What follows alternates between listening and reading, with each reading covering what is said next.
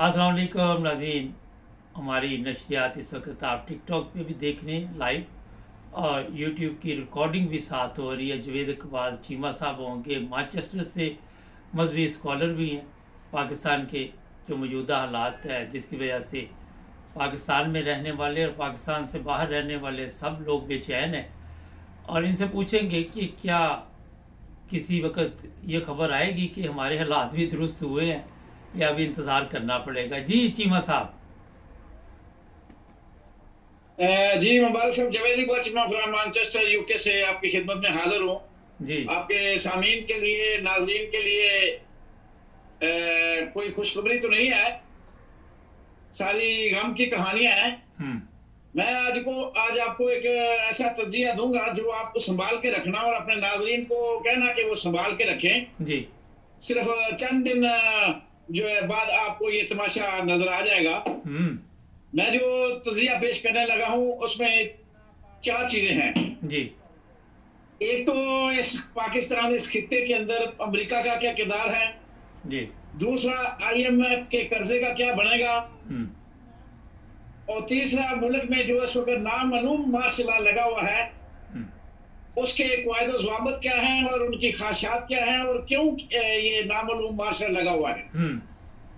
और चौथी जो खबर आपके सामने रखूंगा उसका तजिया कि अमेरिका के अंदर IMF के बिल्डिंग के सामने जो एहतजाज हुआ था उसके ऊपर बड़ा शोर पाकिस्तान के अंदर चंद मफाद परस्त टोले ने वो शोर मचाया। उसकी क्या वजह है, ये सारी चीजें इसमें होंगी। जी तो इससे पहले कि मैं कोई बात करूं, मुझे वो जालिम साहब के बड़े, वो हालांकि सीधे साधे 4 अल्फाज हैं, वो इतनी बड़ी शायरी नहीं है, तो बहरहाल उन्होंने जो अल्फाज कहे थे ना वो आज भी मेरे कानों में गूंज रहे हैं कि हुक्मरान हो गया कमीने लोग, खाक में मिल गया नगीने लोग।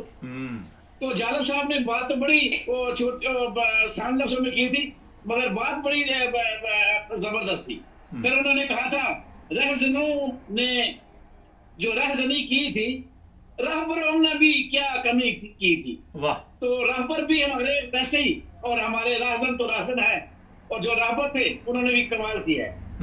तो ये है कि आखिरी का शेर मैं अर्ज कर देता हूँ कि हुक्मरान जब तक रहेंगे बेदर्द इस जमीन का रहेगा चेहरा असल। तो ये सूरत हाल है, इसमें बहुत सारी चीजें वाज़ेह हो जाती हैं। जी अभी जो बात करने लगा हूँ कि पाकिस्तान में अमेरिका का किरदार क्या है और ये सब कुछ क्यों हो रहा है। मुबारक साहब, सीधी सी बात है कि चंद दिन बाद आप ये खबर सुन लेंगे, ये नोट कर लें कि कितना शोर है कि ये हो रहा है, वो हो रहा है, और खुशी की खबर क्या होगी, लोगों को क्या तोहफा दिया जाएगा। ये नहीं देखना कि जो हीरा मंडी में जिसका सौदा हुआ है वो इज्जतदार थी या कि इज्जतदार गिराने से नहीं थी। जिसको पैसे देके जिसकी इज्जत को लूटा गया है, उसने अपनी इज्जत का सौदा किस हिसाब से बेचा है ये नहीं देखा जाएगा। ये देखा जाएगा कि बस पैसे मिल गए, सौदा इज्जत का हो गया, उसको खाक में डालो। ये हो रहा है और चंद दिन बाद आपको खबर आएगी कि IMF ने पाकिस्तान को कर्जा दे दिया। यानी ये बात तय है, ये बात तय है। ये क्यों तय है? क्योंकि ना कोई IMF का असूल है, IMF के असूल के पीछे अमेरिका है। अमेरिका ने जो कहना है वो कौन है। मेरी बात समझ रहे हैं आप? जी जी जी। और ये सारा खेल क्यों खेला गया था, ये रजीम चेंज क्यों किया गया था कि इस खित्ते के अंदर, इस खित्ते के अंदर अब अमेरिका का कोई जगह नहीं रह गई। अब जो है ना, ईरान खत्म हो गया, अमेरिका के हाथों से निकल गया, अफगानिस्तान अमेरिका के हाथों से निकल गया। सिर्फ चाइना और रशियन की जो लॉबी है, जो इंटरनेशनल लेवल पे जो गेम हो रही है वो यही है कि पाकिस्तान को अपने कंट्रोल में रखना है। अगर इमरान खान ने पर निकाले एक हफ्ते के अंदर, बगैर, हालांकि अमेरिका के खिलाफ वो नहीं जा रहा था मगर उसका दौरा ही रशियन जो था वही इतना उसके गले पड़ गया और एब्सोल्युटली नॉट उसके गले में पड़ गई कि आज वो जो है ना जेल में है। तो ये कोई मामूली बात नहीं है उसको जेल में रखना, ये एक प्लानिंग का हिस्सा है। और जिन्होंने जो बिके हैं उसमें मेरे ये गद्दार सियासतदान भी शामिल हैं और माशाल्लाह मेरे रहबर जो हैं वो भी शामिल हैं, क्योंकि रहबरों की वजह से, जनरल बाजवा रहबर था ना हमारा, उसकी वजह से ये सारा कुछ हुआ है ना। अभी जो किरदार अदा किया जा रहा है उन्हीं को इस्तेमाल किया जा रहा है, उन्हीं रहबरों को इस्तेमाल करके। बात बड़ी कड़वी है, मगर ये बात सच है कि मुल्क के अंदर एक नामालूम माशला लगा हुआ है और उसमें वजीर खजाना भी उनका, वजीर दाखिला भी उनका, वज़ारे ज़राअत भी उनका और वजीर खारजा भी उनका, यानी सारी सिर्फ वो उन्होंने पपट जो है ना, पपट वो ऊपर बैठाए हुए हैं कि जिनसे दस्तखत करवाने हैं, यानी बूट पालसी को जो कहेंगे वो दस्तखत कर देगा, उसे कोई परवाह नहीं है। मुल्क जाए जन्नत में फैसला साज वो है जो ऊपर बैठे हैं। फैसला साजी 4 जनरलों के पास है। जिस तरह जनरल बाजवा ने जैसे मैं पहले कहता हूँ कि जो आग लगाई थी वो उस आग के ऊपर, यानी उस पौधे को पानी देने के लिए, उस आग को मजीद तपस देने के लिए, पेट्रोल फेंकने के लिए जो 4 जनरल हैं वो पेट्रोल फेंक रहे हैं और मुल्क जान रहा है। ये मुल्क तबाह होगा, इसने मजीद तबाह हो चुका है, ये मुल्क मजीद तबाह होगा, इसका मजीद बड़ा गर्क होगा। कोशिश ये है कि इसको अपने पांव पे ना खड़ा होने दिया जाए, क्योंकि अगर जिस दिन ये 25 करोड़ अवाम निकल आई उस दिन सारा काम ठीक हो जाएगा। और उसके अलावा कोई चारा नहीं इस कौम के पास रह गया।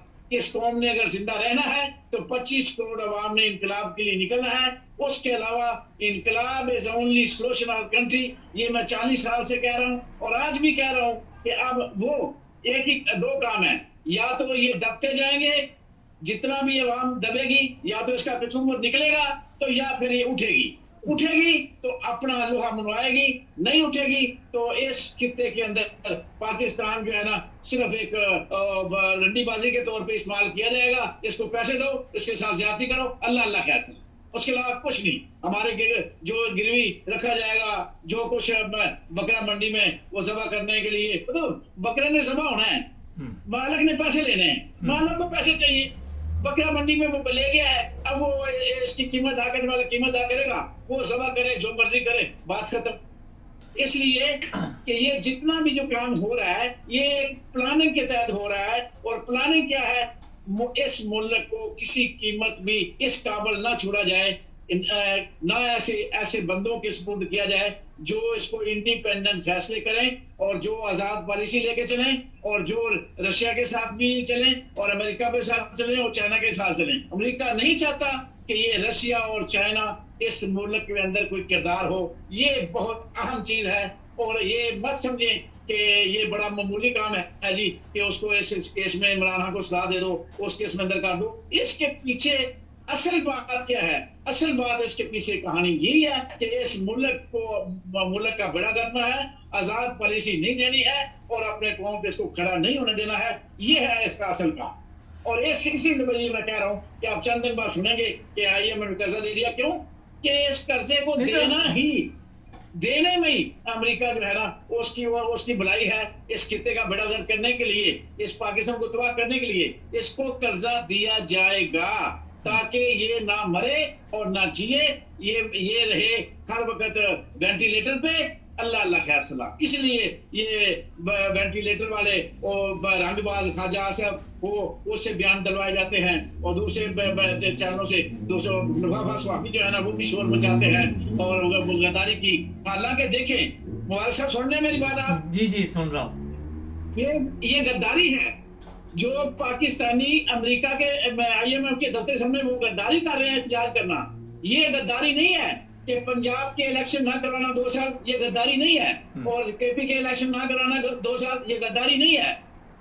इलेक्शन को रिग करना ये गद्दारी नहीं है। इलेक्शन को चोरी करना ये गद्दारी नहीं है। मुल्क की तकदीर के साथ खेलना ये गद्दारी नहीं है। चोरों, लुटेरों को, गासबों को, ऊपर पपट को, फूल पारसों को लाके बैठा देना, और आसम सरदारी जैसे जिनका पेशाब पांटों में अंदर निकल रहा है, इन लोगों के ऊपर बैठा देना, ये गद्दारी नहीं है। यानी एक जिस अवाम ने जिनको वोट दिया है उनका हक छीन के दूसरों की जेब में डाल देना, ये गद्दारी नहीं है। मुल्क का सौदा कर देना ये गद्दारी नहीं है। ये गद्दारी है कि चंद लोग अगर एहतजाज करें तो वो गद्दारी के जुमरे में आते हैं। ये इस मुल्क का बाबा आदम ही निराला है। यानी जज काजी जो है ना वो फैसला करे नवाज शरीफ के खिलाफ तो वो गद्दारी है, वो करे इमरान खान के खिलाफ तो वो गद्दारी नहीं है। तो ये सारे मामले है ना गद्दारी के, ये सर्टिफिकेट ये सिर्फ इसलिए कि आज जो भी कहेगा ये सलूट मारेगा वो बेहतरीन मुहब्बे वतन है कि वो रहबर को सलूट मार रहा है, 4 जनरलों को बूट पॉलिश कर रहा है, वो ठीक है। अच्छा। और जो इनके बूट पॉलिश नहीं करेगा, इनको सही रास्ता दिखाएगा कि ये आप गलत कर रहे हैं, ये ना करें, मुल्क के साथ खिलवाड़ ना करें, वो गद्दार है। अच्छा, तो ये है इनकी डेफिनेशन। चले मैं आपके पास कोई सवाल?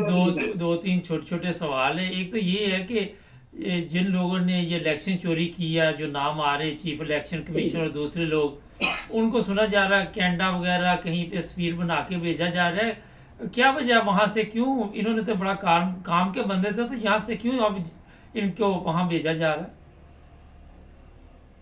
देखिए, हर बंदे को कुछ वक्त के लिए कुछ जगह पे इस्तेमाल किया जाता है।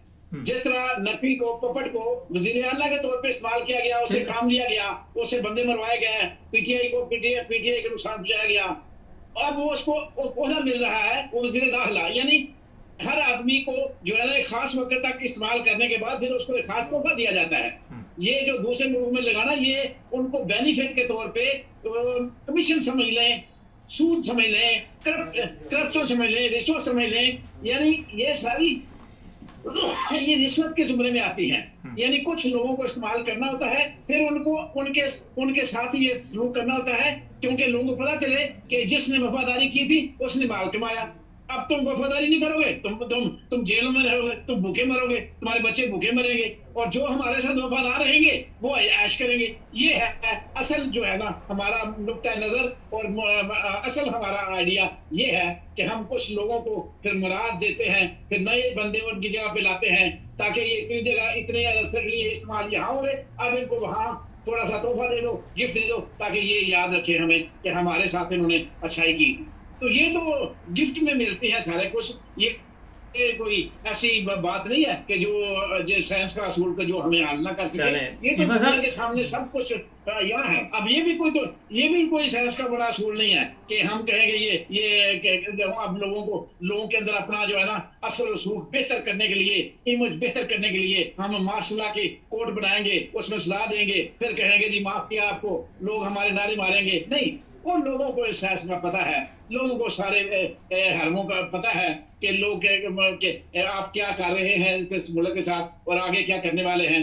तो ये हमदर्दियां HSN कॉलेज में जाके, कॉलेजों में जाके स्टूडेंट के साथ और अपने खिताबात में दें कि इस्लाम का क्या डेफिनेशन है या इस्लाम में क्या उनसी रियासतें थी। वो सिर्फ एक बुग़्ज़ है, हसद है, कीना है, नफरत है इमरान खान के साथ, कि उसके हर अल्फाज जो है ना उनको उल्ट पुल्ट करके इधर उधर करना है, बस, और कुछ भी नहीं है। ये ड्रामा है, और इस ड्रामे का सीन एक ही है, पाकिस्तान को तबाह करो जितना कर सकते हो।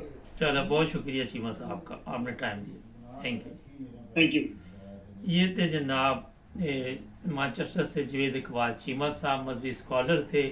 लोग ज़ाहिर है बाहर जो ममालिक में रहते हैं अपने मुल्क की वजह से परेशान है, मगर जो पाकिस्तान में इस वक्त गवर्नमेंट में है, उनको शर्म नहीं आ रही कि जैली तरीके के साथ हम आए हैं, और ये कुर्सी जिस पर वो बैठते हैं आके, वो 2 नंबर तरीके के साथ हासिल की हुई। जब 2 नंबर तरीके की आदत पड़ जाए, फिर 1 नंबर मेरा ख्याल दूर दूर तक आपको नज़र नहीं आता। यूट्यूब से हमारी नशरियात बंद हो रही हैं, टिकटॉक पे 1 मिनट चलती रहेंगी। सब्सक्राइब करें, जुड़े रहें हमारे साथ। अस्सलाम वालेकुम नाज़रीन, यकूब साहब इटली से हमारे साथ हैं। पाकिस्तान के जो हालात जा रहे हैं इसी पे बातचीत होगी, और देखेंगे यकूब साहब भाई क्या कहेंगे। इनसे वादा तो लिया गया कि गाली नहीं निकालेंगे, अब शायद फिर ये भूल जाए। साथ हमारी टिकटॉक पर लाइव नशरियात भी देख रहे हैं आप, और देखेंगे कि यकूब साहब आज अपने आप पे कंट्रोल कर सकते हैं या नहीं। जी यकूब साहब। जी अस्सलाम वालेकुम व रहमतुल्लाह। वालेकुम सलाम। जी साहब अर्जी है गाल का फायदा कोई नहीं, बंदा कितना भी जज्बात मजबूर हो, लेकिन गल तो है ना मैं अल्लाह दी जे अपने आप दे कंट्रोल बंदा इन्ना भी ना कर सकता वे, ते फिर जिस गल वास्ते फोन करने उस गल का फायदा ही कोई ना करन था। चलो दसो आज कहना की है। अच्छा एक मिनट अच्छा, वो कॉमर्स में लोग लिखते हैं कि यकूब साहब का जो प्रोग्राम ये पंजाबी में हमें समझ नहीं आती, बड़ी माजरत है, क्योंकि यकूब साहब उर्दू नहीं बोल सकते हैं, लेकिन जिस तरह जोश में मेरा ख्याल ये बात। अच्छा, क्या कहना चाहेंगे यकूब साहब? जी बिस्मिल्लाहिर्रहमानिर्रहीम। सब तो पहले अर्ज है भाई ਜਿਹੜੀ ਆ ਤੁਸੀਂ ਮੈਂ ਅਰਜ਼ ਕੀਤੀ ਹੈ ਨਾ, ਮੈਨੂੰ ਉਰਦੂ ਇਹ ਨਹੀਂ ਮੈਂ ਬੋਲ ਨਹੀਂ ਸਕਦਾ, ਲੇਕਿਨ ਮੇਰੀ ਉਰਦੂ ਮੈਂ ਕੋਈ ਨਾ ਤੇ ਕਰਾਚੀ ਦਾ ਨਾ ਹੈਦਰਾਬਾਦ ਦਾ ਨਾ ਕੋਈ ਮੇਰੀ ਮਾਦਰੀ, ਮੈਂ ਪੰਜਾਬੀ ਬੰਦਾ, ਤੇ ਜੇ ਬੰਦਾ ਅੱਧੀ ਉਰਦੂ ਅੱਧੀ ਪੰਜਾਬੀ ਬੋਲੇ ਤੇ ਉਹ ਸਮਝ ਕੋਈ ਨਹੀਂ ਆਉਂਦੀ, ਉਹ ਫਿਰ ਫਾਇਦਾ ਕੋਈ ਨਹੀਂ ਹੁੰਦਾ। ਚਲੋ ਉਹ ਮਜ਼ਾ ਨਹੀਂ ਆਉਂਦਾ ਗੱਲ। चले कोई बात नहीं, प्रोग्राम की तरफ आए। ਅੱਜ ਇੱਕ ਜੀ ਤੇ ਅੱਜ ਵੇ ਸਾਹਿਬ ਇੱਕ ਹੀ ਗੱਲ ਕਰਨੀ ਹੈ ਜੀ, ਜ਼ਿਆਦਾ ਨਹੀਂ ਕਦੀ ਰੋਜ਼ ਤੇ ਗੱਲਾਂ ਜੋ ਜਿਹੜੀ ਉਹ ਤੁਸੀਂ ਫਰਮਾਉਂਦੇ ਹੋ ਨਾ, ਰੋਜ਼ ਉਹੀ ਗੱਲ ਰੋਜ਼ ਹੀ ਗੱਲ। ਹੁਣ ਗੱਲ ਦੇ ਵਿੱਚ ਇਹ ਨਾ ਵੀ ਕੁੱਤਾ ਖੂਹ 'ਚ ਡਿੱਗੇ ਆਵੇ ਤੇ ਤੁਸੀਂ ਹਜ਼ਾਰਾਂ ਬੋਕੇ ਪੈ ਕੱਢੋ, ਤੇ ਜੇ ਕੁੱਤਾ ਖੂਹ 'ਚ ਨਾ ਕੱਢੋ, ਖੂਹ ਤੇ ਪਲੀਤ ਹੀ ਹੈ। ਗੱਲ ਤੇ ਉਹੀ ਕਰਨੀ ਕਿ ਜਿਹੜੀ ਕੌਮ ਨੂੰ ਅਜ਼ਾਬ ਬਣਿਆ ਸਾਡੇ ਵਾਸਤੇ, ਅੱਲਾਹ ਤਾਲਾ ਕਰਮ ਕਰੇ ਆਪਣੇ ਪਿਆਰੇ ਹਬੀਬ ਤੇ ਸਦਕੇ। ਉਹ ਪੁਰਾਣੇ ਜ਼ਮਾਨੇ ਦੇ ਬਜ਼ੁਰਗਾਂ ਕੋਲ ਸੁਣੀ ਲਿਆ ਸ਼ੇਰ, ਵਹਾਰ ਸ਼ਾਖ ਤੇ ਉੱਲੂ ਬੈਠੇ ਹੈ। ਹੁਣ ਸਾਡੇ ਮੁਲਕ ਦੀ ਇਹ ਹਾਲਤ ਹੈ, ਵਹਾਰ ਉਤਲੀ ਸੀਟ ਤੇ ਇੱਕ ਕੰਜਰ ਬੈਠੇ ਹੈ, ਖਾਨਦਾਨੀ ਕੰਜਰ। ਹੁਣ ਕੀ ਕਰੀਏ? ਹੁਣ ਇਹਦਾ ਕੀ ਹੱਲ ਕਰੀਏ? ਤੁਸੀਂ ਦੱਸੋ ਮੈਨੂੰ। ਜੇ ਕਿਸੇ ਬੰਦੇ 'ਚ ਕੋਈ ਹਲਾਲ ਦਾ ਨਹੀਂ ਤਾਕੀ ਹੋਵੇ, ਪੂਰੀ ਕੌਮ ਸੁਣਦੀ ਹੈ ਪਈ, ਮਤਲਬ ਸਮਝ ਨਹੀਂ ਆਉਂਦੀ। ਜਿਹੜੇ ਸਭ ਮੈਂ ਅਰਜ਼ ਕਰਨਾ ਪਿਆ, ਬੰਦਾ ਕਿਤਨਾ ਵੀ ਪਲੀਤ ਹੋਵੇ ਨਾ, ਕਿਤਨਾ ਵੀ ਕੰਮ ਜ਼ਰਫ ਹੋਵੇ, ਕਿਤਨਾ ਵੀ ਆਰਾਮੀ ਹੋਵੇ, ਉਹਦੇ 'ਚ ਕੋਈ ਨਾ ਕੋਈ ਗੈਰਤ ਵਾਲਾ ਖਾਨਦਾਨ ਦੀ ਇਕਬਾਲ, ਇੱਕ ਬੰਦੇ ਨਾਲ ਕਮ ਅਜ਼ ਕਮ 40-50 ਬੰਦੇ ਮੁਨਸਲਿਕ ਹੁੰਦੇ ਨੇ, ਸਾਲੇ ਹੁੰਦੇ ਨੇ, ਸਾਲੀਆਂ ਹੁੰਦੀਆਂ ਨੇ, ਸੱਸ ਸਹੁਰਾ ਹੁੰਦਾ, ਮਾਂ ਬਾਪ ਹੁੰਦਾ, ਭੈਣਾਂ ਭਰਾ ਹੁੰਦੇ ਨੇ, ਭਤੀਜੇ ਹੁੰਦੇ ਨੇ, ਭਾਣਜੀਆਂ ਹੁੰਦੀਆਂ ਨੇ, ਬੀਵੀ ਹੁੰਦੀ ਹੈ। ਇੱਕ ਬੰਦੇ ਨਾਲ ਸੱਜਣ ਦੋਸਤ ਹੁੰਦੇ ਨੇ, ਪੀਰੋ ਮੁਰਸ਼ਿਦ ਹੁੰਦੇ ਨੇ, ਉਸਤਾਦ ਹੁੰਦੇ ਨੇ। ਕੋਈ ਬੰਦਾ ਵੀ ਉਸ ਬੰਦੇ ਨੂੰ ਕਹਿੰਦਾ MLA ਜਾਂ MPA ਨੂੰ ਜਾਂ ਵਜ਼ੀਰ ਨੂੰ, ਯਾਰ ਤੂੰ ਬਣਿਆ ਨਹੀਂ ਹੈ, ਤੂੰ ਜ਼ੀਰੋ ਤੇ ਆ ਰਹੇ ਹੈ ਤੇ ਤੂੰ ਇਸ ਸੀਟ ਤੇ ਬਹਿਣ ਦਾ ਹੱਕਦਾਰ ਨਹੀਂ, ਤੂੰ ਕਿਸ ਮੂੰਹ ਨਾਲ ਇੱਥੇ ਬੈਠੇ ਹੈ, ਤੂੰ ਕਿਸ ਮਿੱਟੀ ਦਾ ਬਣੇ ਹੈ, ਕਿਸ ਨਸਲ ਦਾ? ਉਹਦੇ 'ਚ ਕੋਈ ਗੈਰਤ ਹੋਵੇ, ਤੈਨੂੰ ਗੈਰਤ ਮਤਲਬ ਕਹਿੰਦਾ ਵੀ ਜਿਤਨੇ ਬੰਦਾ ਜਿਹੜਾ 200-250 ਬੰਦਾ ਬਣੇ ਜਵੇ ਸਾਹਿਬ, ਮੈਂ ਤੁਹਾਨੂੰ ਅਲਫਨ ਕਹਿ ਸਕਦਾ ਜਮਾਂ ਸੂਬਿਆਂ 'ਚੋਂ, ਅਗਰ ਸਾਰੀਆਂ ਪਾਰਟੀਆਂ ਰਲਾ ਕੇ MP MLA ਅਗਰ ਉਹ ਵੀ ਧੋਖੇ ਨਾਲ ਜ਼ੁਲਮ ਬਰਬਰੀਅਤ ਜਿਹੜਾ ਇਹਨਾਂ ਨੇ ਆਪਣੇ ਬੰਦੇ ਬਿਠਾਏ ਨੇ 35-40 ਸਾਲ ਤੋਂ, ਤੁਸੀਂ ਬੜੀਆਂ ਕਰ ਲਓ ਤੇ 40 ਸੀਟਾਂ ਕਰ ਲਓ, MLA MP ਰਲਾ ਕੇ 4 ਸੂਬੇ। ਗੱਲ ਸੁਣੋ, ਅਗਰ ਉਹ ਵੀ ਧੋਖੇ ਨਾਲ ਗੱਲ ਸੁਣੋ ਮੇਰੀ, ਮਿੱਟੀ ਪਾਓ 40 ਸੀਟਾਂ ਜਾਂ ਉਹ ਜਿਹੜੀਆਂ ਸੀਟਾਂ PTI ਵਾਲੇ ਜਿੱਤੇ ਦੇ ਨੇ, ਉਹ ਵੀ ਹੁਣ ਹਰਾਂਡੇ ਨੇ, ਉਹ ਵੀ ਨੂਨ ਲੀਗ ਨੂੰ ਕਹਿੰਦੇ ਨੇ ਦੁਬਾਰਾ ਗਿਣਤੀ ਹੋਏਗੀ ਤੇ ਉਹ ਜਿਤਾ ਰਹੇ ਨੇ। ਉਹ ਵੀ ਤੇ ਮੈਂ ਅਰਜ਼ ਕਰਨਾ ਪਿਆ ਵਾ, ਇਹਨਾਂ ਨੂੰ ਕੋਈ ਕਿਸੇ ਕਿਸਮ ਦੀ ਕੋਈ ਗੈਰਤ, ਕੋਈ ਜ਼ਮੀਰ, ਕੋਈ ਦੁਨੀਆ ਦਾ ਸ਼ਰਮ, ਕੋਈ ਕਬਰ ਦਾ ਖੌਫੇ ਖੁਦਾ, ਕੋਈ ਅਸੀਂ ਕਬਰ ਵਿੱਚ ਜਾਣਾ ਮਰਨਾ। ਹਰ ਬੰਦੇ ਨੂੰ ਇਹ ਪਤਾ ਹੈ ਕਿ ਮੈਂ ਕਬਰ ਵੀ ਜਾਣਾ। ਕਿਤਨੀ ਕੀ ਕਰੋ ਉਸ ਜ਼ਿੰਦਗੀ, ਕੋਈ ਕਹਿੰਦਾ 70 ਹੈ, ਕੋਈ 75-80, ਮੈਂ ਨਾ ਜੀ 100 ਸਾਲ। ਜਦੋਂ ਇਹ ਯਕੀਨ ਹੈ ਕਿ ਮੈਂ ਮਰਨਾ ਲਾਜ਼ਮੀ ਹੈ, ਔਰ ਜਿਸ ਔਲਾਦ ਨੂੰ ਮੈਂ ਇਹ ਆਰਾਮ ਖਵਾਉਣ ਦਾ ਮੈਂ ਇਹਦੀ ਕਮਾਈ ਹੈ, ਜਿਹੜੀ ਤਨਖਾਹ ਮੈਂ ਲਾ ਦਾ ਹੁਣ, ਉਹ ਮੈਨੂੰ ਇੱਕ ਮਿੰਟ ਇੱਕ ਚੀਜ਼, ਮੈਂ ਪੈਸੇ ਦਿਆਂਗਾ ਜਾਂ ਮੈਂ ਉਹਦੇ ਨਾਲ ਕੀ ਕਰਨਾ ਪਿਆ, ਮੈਂ ਆਪਣੀ ਕਬਰ ਗੰਦੀ ਕਰਨਾ ਪਿਆ, ਆਪਣੀ ਔਲਾਦ ਦੀ ਕਬਰ ਗੰਦੀ ਕਰਨਾ। ਮੈਨੂੰ ਔਲਾਦ ਤੋਂ ਯਾਦ ਆ ਗਿਆ, ਬੰਦਾ ਨਹੀਂ ਬਣਿਆ ਯਕੂਬ ਸਾਹਿਬ, ਮੈਨੂੰ ਔਲਾਦ ਤੋਂ ਯਾਦ ਆ ਗਿਆ, ਉਹ ਨਵਾਜ਼ ਸ਼ਰੀਫ ਦੇ ਦੋਵੇਂ ਬੇਟੇ ਪਾਕਿਸਤਾਨ ਗਏ, ਜਿਹੜੇ 6 ਸਾਲ ਤੋਂ ਇਸ਼ਤਿਹਾਰੀ ਸੀ, 6 ਮਿੰਟ ਦੇ ਵਿੱਚ ਉਹਨਾਂ ਦੀ ਜ਼ਮਾਨਤ ਹੋ ਗਈ, ਪਤਾ ਨਹੀਂ ਕੇਸ ਕਿੱਧਰ ਗਿਆ ਸਾਰਾ। ਮੈਂ ਉਹੀ ਯਾਦ ਕਰਨਾ ਪਿਆ ਜਿਵੇਂ ਸਭ ਕਾਨੂੰਨ ਤੇ ਆਈ ਕੋਲ, ਤੁਸੀਂ ਪਾਕਿਸਤਾਨ ਨੂੰ ਨਾ ਕਹੋ ਕਿ ਇਹ ਇੱਕ ਮੁਲਕ ਹੈ, ਨਾ ਇਹ ਮੁਲਕ ਹੈ, ਨਾ ਕੋਈ ਕਾਨੂੰਨ ਹੈ, ਨਾ ਕੋਈ ਅਦਾਲਤ ਹੈ, ਕੋਈ ਇੱਕ ਅਦਾਰਾ ਵੀ। ਦੂਜਾ ਮੈਂ ਯਾਦ ਕਰਨਾ ਪਿਆ ਜਿਹੜੇ ਬੰਦੇ ਕਹਿੰਦੇ ਨੇ ਇਹ ਅਦਾਰਾ ਮੁਹਤਰਮ ਹੈ, ਉਹਨਾਂ ਅੱਗੇ ਮੈਂ ਅਪੀਲ ਕਰਨਾ ਕਿ ਮੈਂ ਜਵੇਦ ਸਾਹਿਬ ਨਾਲ ਵਾਅਦਾ ਕੀਤਾ ਹੈ, ਤੁਸੀਂ ਕੰਜਰਾਂ ਦੀ ਔਲਾਦ ਹੋ, ਤੁਸੀਂ ਆਪਣੀ ਆਦਤਾਂ ਤੋਂ ਬਾਅਦ ਨਹੀਂ ਆਉਣਾ, ਮੈਂ ਆਪਣੀ ਆਦਤ ਤੋਂ ਬਾਅਦ ਆ ਜਾਣਾ ਕਿ ਮੈਂ ਗਾਲ ਨਹੀਂ ਕੱਢਦਾ, ਲੇਕਿਨ ਤੁਸੀਂ ਇਹ ਹਯਾ ਕਰੋ, ਸ਼ਰਮ ਕਰੋ।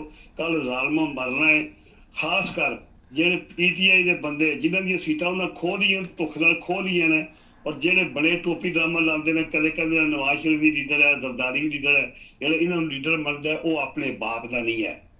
ਮੈਂ ਦਾਅਵੇ ਨਾਲ ਕਹਿੰਦਾ ਉਹ ਆਪਣੇ ਬਾਪ ਦਾ ਨਹੀਂ ਹੈ। ਜਿਹੜਾ ਫਜ਼ਲੰਦੂ ਨੂੰ, ਜ਼ਰਦਾਰੀ ਨੂੰ, ਨਵਾਜ਼ ਸ਼ਰੀਫ ਨੂੰ, ਸ਼ਹਬਾਜ਼ ਸ਼ਰੀਫ ਨੂੰ, ਮਰੀਮ, ਦੇਖੋ ਨਾ ਜਿਵੇਂ ਸਾਹਿਬ ਕਿਤਨੀ ਕੌਮ ਦੀ ਬਦਕਿਸਮਤੀ ਹੈ। ਇੱਕ ਔਰਤ ਹੈ ਕਿ ਇੱਕ ਸੀਟ ਨਹੀਂ ਜੁੱਤੀ, ਇੱਕ ਆਪਣੀ ਵੀ ਨਹੀਂ ਜੁੱਤੀ, ਤੇ ਵਜ਼ੀਰ ਆਲਾ ਪੰਜਾਬ ਬਣ ਕੇ ਬੈਠੀ ਆ, ਤੇ ਕਰਦੀ ਕੀ ਹੈ ਪਈ। ਅੱਜ ਕੱਲ੍ਹ ਪੰਜਾਬੀ ਫਿਲਮਾਂ 'ਚ ਗੀਤ ਨਹੀਂ ਹੁੰਦਾ, ਇੱਕ ਹੀਰੋਇਨ ਆਉਂਦੀ ਹੈ ਨਾਲ 5-7 ਗੀਤ ਗਾਣੇ ਵਾਲੀ ਹੁੰਦੀ ਹੈ, ਤੇ ਭੰਗੜਾ ਪਾਉਂਦੀਆਂ ਨੇ ਉਹਦੇ ਨਾਲ। ਇਹ ਮੁਲਕ ਦੀ ਕਿਸਮਤ ਹੈ, ਇਹ ਸਾਡੇ ਮੁਲਕ ਨੂੰ ਕੀ ਹੋ ਗਿਆ? ਉਹ ਬੜੀ ਖਿਦਮਤਕਾਰੀ ਹੈ, ਦੁਨੀਆ ਉਹ ਬੜੀ ਕਿਸੇ ਮੁਲਕ 'ਚ ਕੰਮ ਹੁੰਦਾ ਪਿਆ, ਉਹ ਬੜੀ ਖਿਦਮਤਕਾਰੀ ਹੈ ਇੱਥੇ ਕੰਮ ਹੋਣ ਦੇ ਜੀ, ਉਹ ਬੜੀ ਖਿਦਮਤਕਾਰੀ, ਉਹਦੇ ਕੋਲ ਟਾਈਮ ਨਹੀਂ ਉਹਨੇ ਹੈਲੀਕਾਪਟਰ ਤੇ ਆਇਆ ਕਰਨਾ ਹੁਣ ਵਜ਼ੀਰ ਆਲਾ ਹਾਊਸ। ਮੈਂ ਕਹਿੰਦਾ ਪਿਆ ਇੱਥੇ ਵੇਸਾ ਫਿਲਮਾਂ ਬਣਨ ਦੀਆਂ ਡਰਾਬੇ ਬਣ ਤਾਰੀਖ 'ਚ ਮੈਂ ਤੇ ਨਹੀਂ 70 ਸਾਲ ਦੀ ਉਮਰ ਵੀ ਤੱਕਿਆ, ਸ਼ਾਇਦ ਕਿਸੇ ਮੁਲਕ 'ਚ ਨਾ ਪਹਿਲੇ ਹੋਇਆ ਤੇ ਨਾ ਅੱਜ ਤੋਂ ਬਾਅਦ ਹੋਣਾ। ਇਹ ਜੋ ਕੁਝ ਪਾਕਿਸਤਾਨ 'ਚ ਹੁੰਦਾ ਪਿਆ ਇਹ ਵੀ ਆਖਰੀ ਵਾਰ ਹੈ। ਇਹ ਐਵੇਂ ਭੁਲੇਖੇ ਜਨ ਹੈ, ਇਹ ਜੋ ਮਰਜ਼ੀ ਕਰ ਲੈਣ, ਜੋ ਇਹ ਸਮਝ ਬੈਠੇ ਨੇ ਨਾ, ਉਹ ਪੁਰਾਣਾ ਜ਼ਮਾਨਾ ਹੈ। ਇੱਕ PTV ਹੁੰਦੀ ਹੈ, ਹੁਣ ਇੱਕ PTV ਨਹੀਂ, ਹੁਣ ਸੋਸ਼ਲ ਮੀਡੀਆ ਟਿਕਟਾਕ ਹੈ, ਦੁਨੀਆ ਤੱਕਦੀ ਹੈ, ਬਿਹਾਰ ਗੱਲ ਵੀ ਤੱਕਦੀ ਹੈ। ਇਹ ਗੱਲ ਕੋਈ ਨਾ ਕਹੋ ਇਹ ਦੁਨੀਆ ਚੁੱਪ ਕਰ ਜਾਏਗੀ, ਅੰਦਰ ਪੈ ਜਾਏਗੀ। ਮੈਂ ਹੁਣ ਜਿਹੜੀ ਜਵੇਦ ਸਾਹਿਬ ਆਖਰੀ ਗੱਲ ਕਰਨਾ, ਤੁਹਾਡੇ ਕੋਲ ਟਾਈਮ ਥੋੜਾ ਹੁੰਦਾ ਹੈ, ਮੈਂ ਅਪੀਲ ਕਰਨਾ ਉਹਨਾਂ ਬੰਦਿਆਂ ਅੱਗੇ ਜਿਨ੍ਹਾਂ ਬੰਦਿਆਂ ਨੇ ਇਮਰਾਨ ਖਾਨ ਦੇ ਨਾਂ ਤੇ ਜੁੱਤੀਆਂ ਨੇ, ਜਿਨ੍ਹਾਂ ਸਾਰੇ ਜੁੱਤੇ ਨੇ, ਜਿਹੜੇ ਬੰਦੇ ਹਰਾਏ ਗਏ ਨੇ ਉਹ ਵੀ ਜੁੱਤੇ ਨੇ। ਇਹ ਜ਼ਰੂਰੀ ਨਹੀਂ ਹੈ ਕਿ ਲਾਹੌਰ ਦੇ ਬੰਦੇ ਜਾਂ ਪਿੰਡੀ ਦੇ ਬੰਦੇ ਜਾਂ ਇਸਲਾਮਾਬਾਦ ਜਾਂ ਕਰਾਚੀ ਦੇ ਬੰਦੇ ਬਾਹਰ ਨਿਕਲਣ। ਪਿੰਡਾਂ ਵਿੱਚੋਂ ਵੀ 200 MLA ਬਣੇ ਹੈ, 220 MLA ਜਿਹੜਾ ਬਣੇ ਹੈ, ਉਹ ਸਾਰੇ ਬੰਦੇ ਸ਼ਹਿਰਾਂ ਚੋਂ ਨਹੀਂ ਹਨ। ਜਿਹੜੇ ਪਿੰਡਾਂ ਚੋਂ ਜਿਨ੍ਹਾਂ ਬੰਦਿਆਂ ਆਪਣੇ ਆਪਣੇ MPA ਨੂੰ ਜਾਂ MLA ਨੂੰ ਵੋਟ ਦਿੱਤੀ, ਉਹਨਾਂ ਨੂੰ ਫੜ ਲਓ। ਅੱਛਾ ਗੱਲ ਸੁਣੋ, ਫੜ ਲਓ ਛੱਡੋ, ਤੁਹਾਨੂੰ ਮੈਂ ਕੀ ਅੱਛਾ ਉਹ ਠੀਕ ਹੈ ਫੜ ਲੈਣਗੇ। ਉਹ ਜਿਹੜਾ ਆਟਾ ਤਕਸੀਮ ਹੋ ਰਿਹਾ ਸੁਣਿਆ ਜ਼ਗੀਰਦਾਰਾਂ ਦੇ ਡੇਰਿਆਂ ਤੇ ਪਹੁੰਚ ਗਿਆ, ਵਡੇਰਿਆਂ ਦੇ ਡੇਰਿਆਂ ਤੇ ਪਹੁੰਚ ਗਿਆ। ਉਹ ਜਿਹੜਾ 2 ਨੰਬਰ ਆਟਾ ਜਿਹੜਾ ਖਾ ਨਹੀਂ ਸਕਦੇ, ਉਹ ਜ਼ਗੀਰਦਾਰਾਂ ਦਾ ਕੀ ਲੈਣ ਦੇਣ ਆਟੇ ਦੇ ਨਾਲ? ਉਹ ਮੱਝਾਂ ਡੰਗਰਾਂ ਨੂੰ ਪਾਣੀ ਕਿਤਾਬਾਂ ਪਾਣੀ। ਜਿਹੜਾ ਆਟਾ ਖਰਾਬ ਹੈ, ਜਿਸ ਤਰ੍ਹਾਂ ਉਸ ਵੇਲੇ ਪਿਛਲੀ ਵਾਰੀ ਪਤਾ ਨਹੀਂ 80 ਅਰਬ ਕਿੰਨੇ ਅਰਬ ਦੇ ਲੈਪਟਾਪ ਵੇਚੇ ਸ਼ਬਾਜ਼ ਸ਼ਰੀਫ ਨੇ, ਉਸ ਉਹਨੇ ਕਰੋੜਾਂ ਦਾ ਇਹ ਆਟਾ ਵੀ ਵੇਚੀ। ਕਿਸੇ ਨੂੰ ਜਵੇਦ ਸਾਹਿਬ ਇੱਕ ਆਟਾ ਨਹੀਂ ਹੈ ਲੱਭਣਾ। ਲੋਕਾਂ ਨੂੰ ਜਿਸ ਤਰ੍ਹਾਂ ਵੋਟਾਂ ਪਈਆਂ ਜਿਹੜੇ ਇੰਜੀ ਆਟਾ ਵੀ ਦਿੰਦੀ ਹੈ, ਇਹਨਾਂ ਨੇ 1 ਕਰੋੜ ਦਾ ਰੁਪਈਆ, ਇਹਨਾਂ ਸਾਰੇ ਰੁਪਈਏ ਆਪ ਖਾਣੇ ਨੇ, ਆਪਣੇ ਬੰਦਿਆਂ ਨੂੰ ਖਾਣੇ ਨੇ, ਆਪਣੀ ਪਾਰਟੀ ਨੂੰ। ਇਹ ਹਿਲੇ ਨੇ ਪੁਰਾਣੇ, ਇਹ ਜ਼ੁਲਮ। ਅੱਬਲ ਤੁਸੀਂ ਦੱਸੋ ਮੈਨੂੰ, ਪਰ ਜਿਹੜਾ ਇਹ ਜੈਲੀ ਆਟਾ ਦੇਣ ਦੇ ਵਿੱਚ ਚੌਕਰ ਪਏ ਆ 10-10 ਕਿਲੋ ਜਾਂ 20-20 ਕਿਲੋ, ਪਹਿਲਾਂ ਉਹਨਾਂ ਦੀ ਫੋਟੋ ਖਿੱਚਦੇ ਨੇ, ਕਈਆਂ ਕੋਲ ਸ਼ਨਾਖਤੀ ਕਾਰਡ, ਕੋਈ ਇਨਸਾਨੀਅਤ ਹੈ ਪੂਰੀ ਦੁਨੀਆ ਤੇ। ਮੈਨੂੰ ਯਾਦ ਆ ਗਿਆ ਕਿ ਕੱਲ ਇੱਕ ਸੋਸ਼ਲ ਮੀਡੀਆ ਤੇ ਵੀਡੀਓ ਮੈਂ ਦੇਖੀ, ਉਹ ਕਹਿੰਦੇ ਸੀ ਪਹਿਲੇ ਫੋਟੋ ਖਿਚਾਓ ਤੇ ਫਿਰ ਆਟੇ ਦੀ ਬੋਰੀ ਮਿਲੇਗੀ, ਨਹੀਂ ਤੇ ਨਹੀਂ ਮਿਲੇਗੀ। ਉਹ ਕਹਿੰਦਾ ਮੈਂ ਫੋਟੋ ਨਹੀਂ ਖਿਚਾਣੀ, ਜਾਂ ਪਹਿਲਾਂ ਫੋਟੋ ਵੀ ਖਿਚਵਾਓ ਤੇ ਨਾਲ ਸ਼ਨਾਖਤੀ ਕਾਰਡ ਵੀ ਦਿਓ ਆਪਣਾ, ਆਹੋ ਨਾਲ ਘਰ ਦਾ ਐਡਰੈਸ ਵੀ ਦਿਓ। ਹਾਂ ਤੇ ਲਾਂਤ ਪਾਈ ਇਹੋ ਜਿਹੇ ਆਟੇ ਤੇ ਮੈਂ ਅਰਜ਼ ਕਰਨਾ ਪਿਆ ਚਾਹੀਦਾ ਜਿਹੜੇ ਬੰਦੇ ਅਸੀਂ ਬੰਦੇ ਯੂਰਪ ਵਿੱਚ ਨੇ, ਅਫਰੀਕਾ 'ਚ ਨੇ, ਅਰਬਾਂ ਜਿਹੜੇ ਬੰਦੇ ਬਾਹਰ ਸਾਹਿਬ ਹਸੀਅਤ ਨੇ, ਮੈਂ ਐਤਕੀ ਜਿਵੇਂ ਸਾਹਿਬ ਤੁਸੀਂ ਬੋਲਿਓ ਨਾ, ਮੈਨੂੰ 4-5 ਮਿੰਟ ਟਾਈਮ ਦਿਓ, ਤੁਹਾਡੀ ਮਿਹਰਬਾਨੀ। ਗੱਲ ਦਾ ਮਜ਼ਾ ਨਹੀਂ ਆਉਂਦਾ, ਮੈਨੂੰ ਇੱਕ ਅਪੀਲ ਕਰ ਲੈਣ ਦਿਓ। ਜਿਤਨੇ ਪਾਕਿਸਤਾਨ ਦੇ ਬੰਦੇ ਨੇ ਜਿਹੜੇ ਸਿਆਸੀ ਨਹੀਂ, ਮੈਂ ਖੁਦ ਕੋਈ ਸਿਆਸੀ ਨਹੀਂ ਜੀ, ਕਿਸੇ ਪਾਰਟੀ ਦਾ ਮੈਂ ਬੰਦਾ ਨਹੀਂ ਹੈ, ਮੇਰੀ ਪਾਰਟੀ ਹੈ ਪਾਕਿਸਤਾਨੀ ਤੇ ਪਾਕਿस्तानी आवाम। मैं एक मुहब्बे वतन पाकिस्तानी बीमार बंदा, मैं बोलन तो लाचार बड़े औखा पे बोलना। मेरी गल सुन लो, जितने पाकिस्तान के मौलवी ने मसीतां इन्होंने तनखा नहीं है इज्जत देनी, बिल्कुल झूठ मारते जे। एक मौलवी नहीं बोलता पाया, इन्ना जुल्म हो रहा पाकिस्तानी कौम ते, कोई मौलवी नहीं बोलता पाया। एक दूजे नंबर से जेडे मुहब्बे वतन पाकिस्तानी हो, मुसलमान हो, ऐतकी कोई बंदा ना आज ते जाओ ते ना उम्रे ते जाओ। ਜਿਹੜੇ ਬੰਦੇ ਜੇਲ੍ਹਾਂ 'ਚ ਧੱਕੇ ਨੇ, ਜਿਹੜੇ ਗਰੀਬ ਨੇ, ਜਿਨ੍ਹਾਂ ਨਾਲ ਜ਼ੁਲਮ ਪਿਆ ਹੁੰਦਾ, ਜਿਹੜੇ ਮਜਬੂਰ ਨੇ, ਉਹਨਾਂ ਲੋਕਾਂ ਨੂੰ ਇਹ ਤੁਹਾਨੂੰ ਰੱਬ 20 ਜ਼ਿਆਦਾ ਸਵਾਬ ਦੇਗਾ। ਸਾਰੇ ਮੌਲਵੀ ਸੁਣਦੇ ਨੇ, ਮੈਂ ਤੇ ਏਡਾ ਪੜ੍ਹਿਆ ਲਿਖਿਆ ਬੰਦਾ ਕੋਈ ਨਹੀਂ। ਮੇਰੀ ਗੱਲ ਸੁਣ ਲਓ, ਸਭ ਉਲਮਾਏ ਕਰਾਮ ਫਤਵਾ ਦਿਓ ਮੇਰੇ ਤੇ, ਮੈਨੂੰ ਗੋਲੀ ਮਾਰੋ, ਮੈਂ ਗੱਲ ਸੱਚੀ ਪੈ ਕਰਨਾ, ਗਲਤ ਕਰਨਾ ਪਿਆ, ਤੁਹਾਨੂੰ ਰੱਬ ਕਈਆਂ ਜ਼ਿਆਦਾ ਸਵਾਬ ਦੇਗਾ। ਤੁਸੀਂ ਇਸ ਖੁਦਾ ਦੀ ਮਜ਼ਲੂਮ ਮਖਲੂਕ ਦੀ ਮਦਦ ਕਰੋ, ਐਤਕੀ ਹਾਜ ਤੇ ਨਾ ਜਾਓ। ਦੁਨੀਆ ਬੜੀ ਦੁਖੀ ਹੈ। ਜਿਹੜਾ 20-25 ਹਜ਼ਾਰ ਇਹਨਾਂ ਜ਼ਾਲਮਾਂ ਡੱਕੇ ਜੇਲ੍ਹਾਂ 'ਚ, ਉਹਨਾਂ ਦੇ ਘਰ ਖਰਚਾ ਦਿਓ, 1-2 ਸਾਲ ਦਾ ਉਹਨਾਂ ਦੀ ਮਦਦ ਕਰੋ। ਜ਼ਰੂਰੀ ਨਹੀਂ ਕਿ ਤੁਸੀਂ ਅੱਜ ਦਾ ਲੱਖਾਂ ਲਾਉਣ ਦਿਓ ਤੇ ਤੁਹਾਡਾ ਗੁਆਂਢੀ ਰੋਟੀ ਤੋਂ ਤੰਗ ਆ ਬੰਦਾ, ਕੋਈ ਜੁੱਤੀ ਕੋਈ ਨਹੀਂ ਪੈਣੀ, ਕੱਪੜਾ ਕੋਈ ਨਹੀਂ, ਇਲਾਜ ਕੋਈ ਨਹੀਂ, ਬੱਚਾ ਸਕੂਲ ਨਹੀਂ ਜਾ ਸਕਦਾ, ਉਹਦੇ ਘਰ ਦੀ ਬਿਜਲੀ ਕੱਟੀ ਹੈ। ਉਹ ਜ਼ਾਲਮੋਂ ਪਹਿਲਾਂ ਉਹਨਾਂ ਨੂੰ ਤੱਕੋ। ਸਾਡੇ ਨਬੀ ਪਾਕ ਨੇ ਫਰਮਾਇਆ ਕਿ ਤੁਸੀਂ ਕੰਮ ਕਰੋ, ਸ਼ੋਅ ਬਣਾਉਂਦੇ ਹੋ, ਅੱਜ ਕਰਦੇ ਹੋ ਤੇ ਰੋਟੀਆਂ ਪਕਾਉਂਦੇ ਹੋ, ਦਾਵਤਾਂ ਦਿੰਦੇ ਹੋ, ਲੋਕਾਂ ਨੂੰ ਐਵੇਂ ਬੁਲਾ ਕੇ ਰੋਜ਼ੇ ਖਲਵਾਉਂਦੇ ਹੋ, ਉਹਦਾ ਕੋਈ ਫਾਇਦਾ ਨਹੀਂ। ਜਿਹੜਾ ਅਸਲ ਮੁਸਤਹਿਕ ਹੈ ਪੂਰੇ ਪਾਕਿਸਤਾਨ ਨਹੀਂ, ਵੱਡੇ ਸ਼ਹਿਰਾਂ 'ਚ ਪਿੰਡ ਲੈਵਲ ਤੇ ਜਿਹੜੇ ਮੇਰੇ ਭਰਾ HM ਪੰਜਾਬ ਜ਼ਿਲ੍ਹਾ ਕੋਈ ਨਾਲ ਹੈ, ਗੁਜਰਾਤ, ਸਿਆਲਕੋਟ, ਜੇਲਮ, ਪਿੰਡੀ, ਇਸਲਾਮਾਬਾਦ ਦੇ ਜ਼ਿਆਦਾ ਬੰਦੇ ਬਾਹਰ ਗਏ ਨੇ। ਜਿੰਨੇ ਯੂਰਪ 'ਚ ਬੰਦੇ ਨੇ, ਜਿਹੜੇ ਅਰਬਾਂ 'ਚ ਬੰਦੇ ਨੇ, ਆਪਣੇ ਆਪਣੇ ਪਿੰਡ ਲੈਵਲ ਤੇ। ਜੇ ਕੋਈ ਮੇਰੇ ਪਿੰਡ 'ਚ ਬੰਦਾ ਹੈ, ਕੋਈ ਸੁਣਦਾ ਪਿਆ, ਮੈਂ ਗਰੀਬ ਬੰਦਾ, 1000 ਯੂਰੋ ਮੈਂ ਦੇਣਾ। ਅੱਗੇ ਕੋ ਲੱਗੇ ਬੰਦਾ ਮੈਂ ਬਿਮਾਰ ਹਾਂ, ਮੇਰੇ ਗੁਰਦੇ ਨਾਲੇ ਵੀ ਦੱਸ ਦਿਓ ਕਿ ਫੋਟੋ ਨਹੀਂ ਖਿਚਾਣੀ ਜੀ।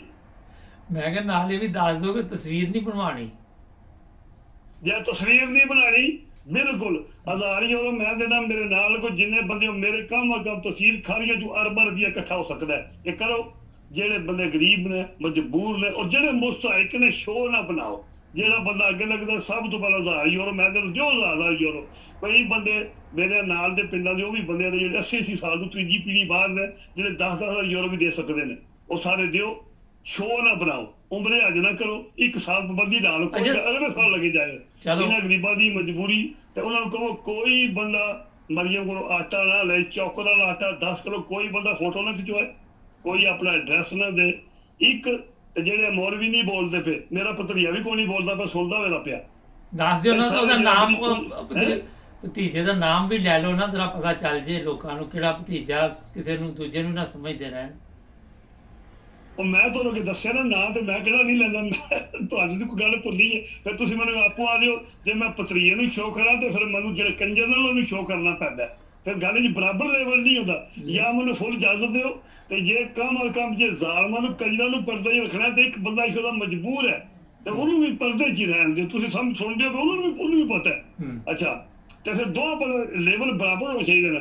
ਤੇ ਬਾਕੀ ਇੱਕ ਜਿਹੜੇ ਬੰਦੇ PTI ਦੇ ਖਾਸ ਕਰ ਜਿਹੜੇ ਰੋਜ਼ ਜਾਂਦੇ ਨੇ, ਜਾ ਕੇ ਅਸੈਂਬਲੀ ਗਲੇ ਪਟੇ ਪਾਏ ਨੇ, ਚਾਦਰ ਪਾਈ ਹੈ, ਤੇ ਉੱਥੇ ਜਾ ਕੇ ਹਵਾਈ ਹੱਥੀ ਕਰਦੇ ਨੇ। ਇਹ ਮਤ ਹਵਾਈ ਹੱਥੀ ਕਰਨ, ਅਸਲ ਗੱਲ ਇਹ ਹੈ ਜਿਹੜਾ ਬੰਦਾ ਸ਼ਬਾਜ਼ ਨੂੰ ਮਿਲਦਾ, ਜਿਹੜਾ ਬੰਦਾ ਸ਼ੇਰ ਅਫਸਰ ਮਰਬਤ ਨੂੰ ਮਿਲਦਾ, ਜਿਹੜਾ ਬੰਦਾ ਜਾ ਕੇ ਜ਼ਰਦਾਰੀ ਨੂੰ ਮਿਲਦਾ, ਜਿਹੜਾ ਬੰਦਾ ਜਨਾਬ ਨੇ ਦੂਜੇ ਫੌਜੀ ਅਫਸਰਾਂ ਨੂੰ ਮਿਲਦਾ, ਸਭ ਦੁਨੀਆ ਨੂੰ ਪਤਾ ਹੈ। ਇਹ ਕਹਾਣੀ ਓਪਨ ਹੋ ਗਈ ਹੈ ਬਿਲਕੁਲ। ਉਹ ਤੇ ਅਮੀਨ ਗੰਡਾਪੁਰੀ ਵੀ ਮਿਲ ਕੇ ਆਇਆ ਉਹਨੂੰ, ਸ਼ਬਾਜ਼ ਸ਼ਰੀਫ ਨੂੰ। मैं वही करना पे, कोई लीडर नहीं जी, दुआई खुदा दी जे लीडर नहीं। जेड़े बंदे वोटां सभा दित्तियां ने, जेड़ी आवाम है, करोड़ा आवाम हर महल्ले लेवल ते, यूनिट कौंसल लेवल ते, जिले दे लेवल ते नवे मुड़े तको नवे बंदे चुनो। जेड़ा तुहाडा लीडर अगे नहीं लगदा पिया, ए देखो ना सारे जरूरी फैसल वाऊ दा या चौहान पीढ़ी वाले चबलाट चढ़े ने, जेड़े इन्हां ने मुल्क गंदा कर छड़िया। एहो जे जेड़े बंदे ने, एक सियालकोटी मुड़ा आवाज आशिक पता ना पता कुड़ी ना मुड़ा, इन्हां लोकां नूं इहो जिहे बंदे नूं होर बड़े नाम दी जुबान पलीत होंदी टाइम लगदा। नवीं पोल जेहड़ी वोटां दित्तियां ਉਹ ਸਾਰੇ ਲੀਡਰ ਨੇ, ਉਹ ਬੰਦੇ ਨਵੇਂ ਬੰਦੇ ਚੁਣੋ, ਉਹ ਬੰਦੇ ਅੱਗੇ ਲੀਡਰ ਲਾਓ, ਪੂਰੀ ਪਾਕਿਸਤਾਨੀ ਕੌਮ ਬਾਹਰ ਨਿਕਲੋ। ਤੇ ਜਿਹੜਾ ਯਾਦ ਹੈ ਜੀ ਪੁਰ ਅਮਨ, ਕੋਈ ਪੁਰ ਅਮਨ ਨਹੀਂ ਇਨਕਲਾਬ ਕਦੇ ਇਨਕਲਾਬ ਹੁੰਦਾ ਨਾ। ਖਵਾਜਾ ਆਸਫ ਉਹ ਵੀ ਸਿਆਲਕੋਟ ਦਾ ਨਾ, ਖਵਾਜਾ ਆਸਫ ਵੀ ਉਹ ਕੰਜਰ ਹੈ ਨਾ, ਉਹਦਾ ਨਾਂ ਦੀ ਜ਼ੁਬਾਨ ਪਲੀਤ ਹੋ ਜਾਂਦੀ, ਫਿਰ ਉਹਨੂੰ ਵੁਜ਼ੂ ਕਰਨਾ ਪੈ ਜਾਏਗਾ। ਮੈਂ ਅੱਗੇ ਬਿਮਾਰ ਬੰਦਾ, ਉਹ ਤੇ ਗਟਰ ਬੜਾ ਵੱਡਾ ਗਟਰ ਹੈ, ਤੇ ਕੋਈ ਐਡਾ ਵੱਡਾ ਮੂੰਹ ਲਾ ਕੇ ਤਾਬੜੇ ਜਿਹੜਾ, ਤੇ ਉਹ ਬਹਿ ਕੇ ਵਜ਼ੀਰ ਬੰਦਾ ਲਾਹਨਤ ਤੇਰੀ ਜ਼ਿੰਦਗੀ। ਤੇ ਫਿਰ ਆਦੇ ਦੁਕਾਨ ਲਗਾਉਣ ਫਿਰ ਮੈਨੂੰ ਤੁਸੀਂ ਤਾਂ ਥੋੜਾ ਪੋਲਾ ਨਰਮ ਹੀ ਰਹਿਣ ਤੋਂ ਮੈਚ ਕਰਨਾ ਪਿਆ। ਇਹ ਕੋ ਨਹੀਂ ਹੈ, ਦੇਖੋ ਨਾ ਨੂਨ ਲੀਗ ਦੇ ਪੀਪਲ ਵਾਲੇ ਕਿਹੜੇ ਬੰਦੇ, ਕਿਹਦਾ ਜਵੇਦ ਸਾਹਿਬ ਨਾਲ ਹੀ ਕਿਹਦਾ, ਤੁਸੀਂ ਮੈਨੂੰ ਖੁਦ ਆਪੂ ਆਖਿਆ ਪਰ ਇਹਨਾਂ ਦਾ ਨਾਂ ਨਾ ਲਓ। ਇਹਨਾਂ ਨੂੰ ਇਹ ਗੱਲ ਕਹੋ, ਮੈਂ ਕਹਿੰਦਾ ਪਿਆ ਜਿਹੜੇ ਬੰਦੇ ਕਰੋੜਾਂ ਜਿਨ੍ਹਾਂ ਵੋਟ ਦਿੱਤੀ ਹੈ, ਉਹ ਪੂਰੀ ਕੌਮ ਬਾਹਰ ਨਿਕਲੋ, ਮੁਲਕ ਜਾਮ ਕਰੋ। ਜੇ ਘਰ ਬੈਠੇ ਆ ਸ਼ਹਾਦਤ ਜੇ ਸਮਝਦੇ ਹੋ ਨਾ ਬਈ ਇਹ ਇਨਕਲਾਬ ਆਉਂਦਾ, ਤੇ ਹਜ਼ੂਰ ਪਾਕ ਨੇ 7 ਜੰਗਾਂ ਦੀ ਬਜ਼ਾਤੇ ਖੁਦ ਸਦਾਰਤ ਕੀਤੀ ਹੈ, ਦੋਹਾਂ ਦੀ ਸਿਰਫ ਖਾਲਿਦ ਬਿਨ ਵਲੀਦ ਨੇ ਕੀਤੀ ਹੈ। ਇਹ ਇਨਕਲਾਬ ਇੰਜ ਨਹੀਂ ਆਉਂਦਾ ਬਾਹਰ। ਚਲੋ ਠੀਕ ਹੈ, ਮੈਸੇਜ ਤੁਹਾਡਾ ਪਹੁੰਚ ਗਿਆ, ਬਸ ਕਿਸੇ ਨੂੰ ਨੁਕਸਾਨ ਨਾ ਪਹੁੰਚਾਓ। ਹਾਂ, ਜਿਹੜਾ ਤੁਹਾਨੂੰ ਮਾਰਦਾ ਉਹਨੂੰ ਮਾਰੋ, ਜੰਗ ਕਰਨੀ ਜਹਾਦ ਕਰਨਾ ਜੇ ਵਕਤ ਜਹਾਦ ਹੈ। ਅਗਰ ਜਹਾਦ ਨਹੀਂ ਹੈ ਕਰਨੀ, ਤੁਸੀਂ ਦੱਸਦੇ ਹੋ ਨਾ 2 ਸਾਲ 1.5 ਸਾਲ ਜਿਹੜੇ ਛੱਡੇ ਨੇ ਚਮਚੇ ਸਾਫੀ ਆਖਦੇ ਨੇ, ਇਹਨਾਂ ਨੂੰ ਅਗਰ 4-5 ਮਹੀਨੇ ਵੀ ਲੱਭ ਗਏ ਨਾ, ਇਹ ਫਿਰ ਤੁਹਾਨੂੰ 100 ਸਾਲ ਵੀ ਤੁਸੀਂ ਹੋਰ ਤੁਹਾਡਾ ਮੁਲਕ ਤਬਾਹ ਕਰ ਜਾਣਗੇ। ਇਹਨਾਂ ਕੋਲੋਂ ਘੰਟਿਆਂ ਦੇ ਹਿਸਾਬ ਨਾਲ ਜਾਂਚ ਛਡਾਓ। ਚਲੋ ਠੀਕ, ਜਿੰਨੀ ਕੌਮ ਬਾਹਰ ਨਿਕਲੋ, ਕਾਫੀ ਹੋ ਗਿਆ। ਤਰੀਕੇ ਇਨਸਾਫ ਦੇ MP MLA ਤੇ ਨਾ ਰਵੋ, ਦੁਆਈ ਖੁਦਾ ਦੀ। ਚਲੋ ਠੀਕ, ਇਹਨੇ ਤਮਾਸ਼ਾ ਲਾਇਆ ਜੀ। ਸਹੀ, ਆਰਾਮ ਕਰੋ ਹੁਣ, ਹਫਤਾ ਇਤਵਾਰ ਆਰਾਮ ਕਰੋ। ਕਾਫੀ ਮੇਰਾ ਗੁੱਸਾ ਨਿਕਲ ਗਿਆ ਤੁਹਾਡਾ, ਠੀਕ ਹੈ ਜਵੇਦ ਸਾਹਿਬ। ਗੱਲ ਤਾਂ ਮੈਂ ਕੋਈ ਨਾ ਕੱਢੀ ਨਹੀਂ, ਐਵੇਂ 5-6 ਕੱਢੀਆਂ ਨੇ, ਕੋਈ ਨਹੀਂ, ਖੈਰ ਹੀ ਹੈ, ਜ਼ਿਆਦਾ ਨਹੀਂ ਕੱਢੀਆਂ। ਨਹੀਂ ਮੈਂ ਕਿਸੇ ਨੂੰ ਗਾਲ ਤੇ ਨਹੀਂ ਮੈਂ ਕੱਢੀ, ਸਿਰ ਕੰਜਰ ਗਿਆ ਤੇ ਕੰਜਰ ਤੁਹਾਨੂੰ ਦੱਸਿਆ ਕਿ ਵਜ੍ਹਾ ਆਰਾਮ ਖਾਂਦਾ ਹੈ, ਉਹ ਕੰਜਰ ਕੋਈ ਨਹੀਂ ਹੈ। चलो ठीक है, मेरे अस्सलाम वालेकुम व रहमतुल्लाहि व बरकातहू। नहीं, ये थे यकूब साहब। अब आपने बताना है कि इनका भतीजा कौन हो सकता है। यूट्यूब पे हमारी तरफ से ये नशरियात अब मेरा ख्याल इख्तिताम को पहुंची है। टिकटॉक पे 1 मिनट में बैठा हुआ, जुड़े रहे हमारे साथ, सब्सक्राइब करें। अल्लाह हाफिज़। अस्सलाम वालेकुम नाज़रीन, जर्मनी चलेंगे, एक पाकिस्तानी टैक्सी ड्राइवर फ़हीमुद्दीन का कत्ल हुआ है और बहुत ही अफसोसनाक वाक़या है। क्या वजह हुई है अभी अरफान अहमद खान साहब हमें बताएंगे। जी खान साहब, क्या हुआ कि इतना गुस्सा कि एक टैक्सी ड्राइवर को कत्ल कर दिया गया? बार साहब, ये पिछले इतवार का वाक़या है, इतवार की शाम का जी। तो टैक्सी ड्राइवर जो था ईरानी था, 54 इयर्स उसकी एज है, जिससे मारा है पाकिस्तानी फ़हीम साहब को। तो फ़हीम साहब की 58 इयर्स थी और वो 20 साल से यहाँ मतलब जर्मनी में रह रहे थे। और ये वाक़या हुआ है उल्म शहर के अंदर, जो बाटन-वुर्टनबर्ग जिसका स्टुटगार्ट हेडक्वार्टर है, उससे अगर आप बायरन की तरफ जाएं तो ये आखिरी सरहदी शहर है बाटन-वुर्टनबर्ग और बायरन के दरमियान जी। और वहाँ पाकिस्तानी कम्युनिटी तो बहुत छोटी है, वैसे टर्किश वगैरह वहाँ पर काफी हैं। बताया यही जा रहा है कि भाई उन दोनों के दरमियान जो पार्किंग प्लेस होती है ना, उसके ऊपर अक्सर झगड़ा रहता था। और इसके अलावा तो कोई ऐसी, दोनों फैमिलियां एक ही बिल्डिंग में रहती थी। वो 4 मंजिला बिल्डिंग है जिसके अंदर ये रहायश पजीर थी दोनों फैमिलियां, और इनमें कोई इसके अलावा कोई नाचाकी नहीं थी, सवाए इसके कि 2 मर्दों के दरमियान जो है वो पार्क प्लॉट्स के ऊपर, आपको पता है टैक्सी के अंदर ये मसला रहता है कि भी सवारी लेने के चक्कर में कोई ना कोई झगड़े आपस में टैक्सी ड्राइवरों में रहते हैं। लेकिन कहा यह जा रहा है कि वो ज़हनी मरीज था जो ईरानी है, वो ज़हनी डॉक्टरों के भी जेर इलाज था। इसीलिए जब उसको गिरफ्तार किया पुलिस ने, उसने पुलिस पे भी हमला किया और फिर उसको जो 2 दिन के बाद अदालत में पेश किया गया, तो जज के सामने भी जो उसका रिकॉर्ड पेश किया गया उसमें भी उसको जाहिर किया गया कि भाई वो पहले भी ज़हनी मरीज के तौर पर डॉक्टरों के इलाज था। लेकिन अदालत ने उसके ऊपर चार्ज लगा दिया कि इसने कत्ल किया, ये कातिल है। लेकिन साथ ही उन्होंने इसको फौरी तौर पे जो है वो क्रंकर हाउस शिफ्ट करने की वो दी कि भाई ये जो ज़हनी मरीजों का अस्पताल है वहाँ इसको रखा जाए, इसका इलाज किया जाए, उसके बाद फिर इसका जो प्रोसीजर है वो शुरू होगा, अदालती कार्रवाई जो है इसके। लेकिन बहरहाल जुर्म उसका उन्होंने साथ उसको मुजरिम करार दे दिया। ये एक बात है जिससे एक खतरा ये था कि शायद वो बच जाए कि भाई ज़हनी मरीज है तो सही वाक़या हो गया, लेकिन अदालत ने सारी कार्रवाई सुनने के बाद उसको मुजरिम करार दे दिया हुआ है। बहरहाल जुमेरात के दिन वहाँ पे टर्किश सेंटर जो है तिब्बत वालों की मस्जिद, उसमें उसका जनाजा हुआ है। और उलम में जो 200 टैक्सी ड्राइवर हैं उनमें ज़्यादा गैर मुल्की हैं, ये टर्किश हैं, ईरानी हैं, पाकिस्तानी हैं, तो वो सारे उस जनाजे के अंदर शरीक हुए हैं। पाकिस्तानी कम्युनिटी भी गई है, इधर उधर की कम्युनिटी भी गई है पाकिस्तान की, बाटन-वुर्टनबर्ग से। कौंसल जनरल ऑफ पाकिस्तान जो है हमारे, वो भी तशरीफ ले गए थे वहाँ पे, जनाजे के अंदर शामिल हुए हैं। तो बहरहाल ये अफसोसनाक वाक़या, इसका अफसोस किया जा सकता है। तो इससे ज़्यादा तो और मैं खबर बहाल इतनी है कि भाई ये आपस में दोनों का झगड़ा था।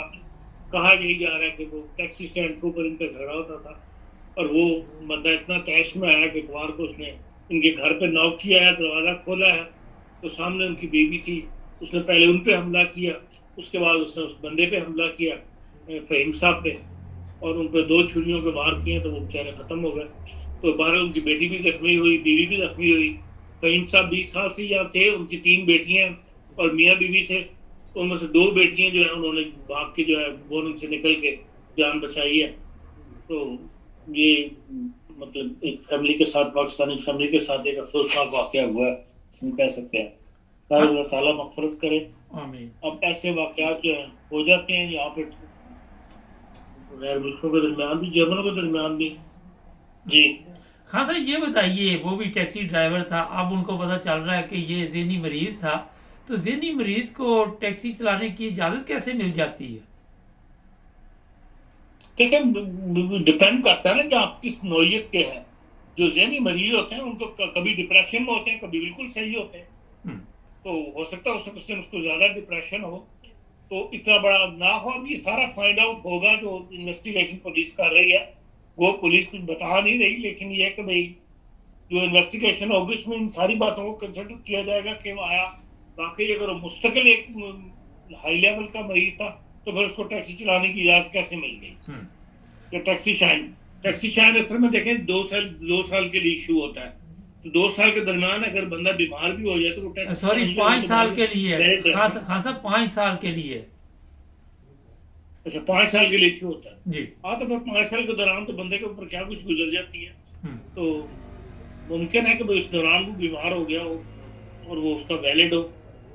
अब ये तो बंदे पे है कि खुद जाके बता दे कि हाँ जी मैं बीमार हो गया, तो टैक्सी शायद लाजमी उसको फिर दोबारा इम्तिहान देना पड़ेगा या दोबारा उससे टेस्ट लेके फाइनल करें कि हाँ इसको देना है या नहीं देना। अब ये सारी तफसील तो अभी वहां में भी कोई मुकामी बंदा जानता हो, लेकिन बाहर ये बात अभी सामने आई नहीं है। हाँ सर, यहाँ पे बेशुमार पाकिस्तानी भी मैंने देखे, जर्मनी में जो टैक्सी ड्राइवर है और मुल्कों के भी है। तो अगर छोटी मोटी बात हो जाए तो वहाँ तो मेरा बर्दाश्त करना चाहिए ना, ये नहीं कि आप किसी की जान ले ले। देखें अगर तो आप असूल के तौर पे चले ना, जो टैक्सी का उनकी भी फराइन होती है, फराइन जितनी भी बड़ी जगह है वहां पर चेक कर रही होती है।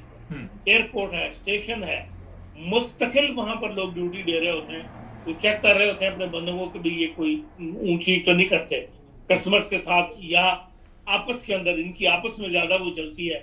तो जाहिर है कि जो बंदा अगर स्टेशन पे सवारी उतार रहा है तो वो वहां से उसे एकदम सवारी उठा नहीं सकता, उसे लाजमी लाइन में जाना होता है, जो लंबी लाइन लगी हुई होती है वहां जाकर खड़ा हो। लेकिन बंदे दाम मारते हैं टैक्सी ड्राइवर, और अगर फौरी सवारी मिल रही हो तो रास्ते में उठा के चल पड़ते हैं। वो अगर नोटिस में आ जाए तो बकायदा उस पर एक्शन लेती है। लेकिन जो 4 बंदे देख रहे होते हैं दूसरे टैक्सी ड्राइवर, वो नंबर नोट करते हैं, वो उनके दरमियान पे झगड़े चल पड़ते हैं। अच्छा। इस किस्म के झगड़े जो हैं वो अक्सर होते रहते हैं, और इसमें ज्यादा कसूर जो होता है टैक्सी ड्राइवरों का अपना ही होता है। हाँ सर, ये बताइए कि क्या सजा है यहाँ पे अगर कोई कत्ल कर देता है, इस तरह बाकायदा तौर पर हमला किया और जख्मी भी किया, फिर पुलिस पे भी हमला किया। जो पुलिस पे हमला किया वो अलग चार्ज लगेंगे, जो बीवी पे हमला किया वो अलग, वो अलग, बिल्कुल अलग चार्ज लगेगा। लेकिन ज़हनी मरीज होने की वजह से मैं नहीं समझता कि सिवाय 2-4 साल से ज्यादा उसको सजा यहाँ के जर्मन सिस्टम में होगी। नहीं, तो इसका मतलब ये है कि पहले भी किसी ने शायद इसकी शिकायत लगाई हो किसी मुसाफिर ने और इस पर एक्शन ना लिया हो। एकदम तो नहीं बंदा कि ज़हनी मरीज है और कत्ल कर दे। देखें ये तो फराइन के पास अगर कोई शिकायत गई हुई है पहले टैक्सी फराइन वालों के पास, तो लाजमी अदालत टैक्सी फराइन को बुलाएगी, उनसे पूछेगी। ये तफ्तीश करने वाले जो इदारे हैं पुलिस के, वो भी फराइन को बुला के पूछेंगे कि आपके पास इसका रिकॉर्ड क्या है। उसका रिकॉर्ड लाजमी चेक किया जाएगा, उसके मुताबिक ही फिर केस तैयार होगा ना। जी जी, चले, बहुत शुक्रिया खान साहब का। नाज़रीन, आपने देखा अमेरिका चले जाएं, इंग्लैंड, जर्मनी, किसी भी यूरोप के मुल्क में जाएं, गैर मुल्की बेशुमार जो टैक्सी ड्राइवर हैं रोज़गार के लिए निकलते हैं। होता ये है कि किसी को सवारी मिल गया है और फिर वहाँ पे हसद पैदा हो जाता है, छोटी छोटी बात पे झगड़ा होता है, और फिर आपने देखा कि ये कोई पहला कत्ल नहीं हो सकता, इससे पहले भी कत्ल हुए हो, क्योंकि ये पाकिस्तानी था। इस वजह से आज हमें इस पर प्रोग्राम करना पड़ा। इस पर मैं यही कहूँगा कि सबसे जो ज़रूरी चीज़ है वो है बर्दाश्त। जो पाकिस्तानी भी हमारा प्रोग्राम देख रहे हैं, वो बर्दाश्त कम से कम अपने अंदर इतनी पैदा करें कि देखिए रोज़गार तो सबको मिलना है। आप निकले हैं, कभी कम मिल जाता है, अप डाउन ज़िंदगी के साथ साथ चलता रहता है। लेकिन अगर यहाँ पे आप सुलह सफाई के साथ चलें, एक दूसरे के जज्बात का ख्याल रखें और एक दूसरे को समझने की कोशिश करें। अब अगर यहाँ पे देखा जाए तो एक जगह पे झगड़ा हुआ और 3 बेटियों का बाप जो है वो जान से चला गया।